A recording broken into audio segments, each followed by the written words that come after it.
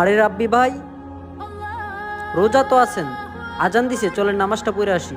আরে ভাই, এখন তো বেচা কিনার সময়, এখন নামাজে গেলে বেচা কিনা করবো কেডা? ঘরে বউ বাচ্চা না খায়া মরবো। আইছে নামাজ নিয়া জান মিয়া।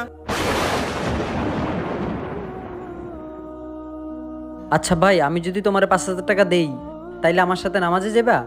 5,000 টাকা এখনই যামু, চলেন। এই নাও। চলেন ভাই।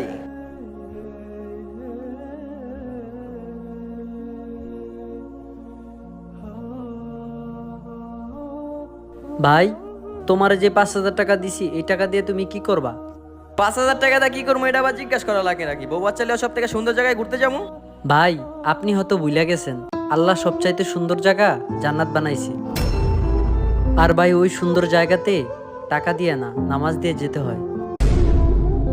আর এই জন্য বলি ভাই, কাজের সাথে সাথে নামাজ পড়তে হবে, সাথে তোমার বউ বাচ্চারও নামাজ পড়া শিখাইতে হবে। ভাই, আপনি আমার ঘুমন্তি মান জায়গায় দিয়েছেন, আজকে থেকে আমি 5 ওয়াক্ত নামাজ পড়বো আর আমার ফ্যামিলিকেও নামাজ পড়তে বলবো।